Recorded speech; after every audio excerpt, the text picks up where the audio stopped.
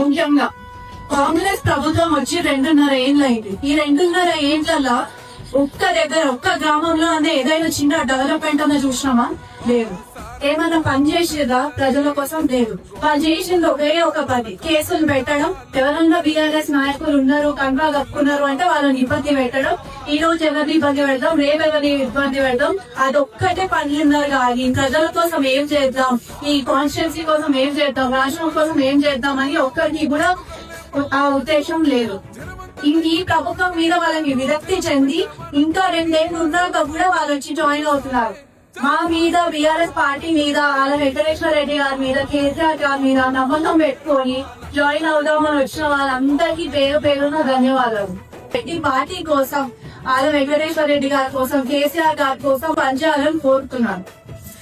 ఖచ్చితంగా 2 ఏళ్లలో మళ్ళీ మన ప్రభుత్వం వస్తుంది. కేసీఆర్ గారిని మళ్ళీ సీఎం పదవిలో చూస్తాం. మరి ఇక్కడ దేవరకద్రలో కూడా ఖచ్చితంగా బీఆర్ఎస్ పార్టీ గెలుస్తుంది. ఆ వెంకటేశ్వర రెడ్డి గారిని మళ్ళీ ఎమ్మెల్యేగా చూస్తాం మనము.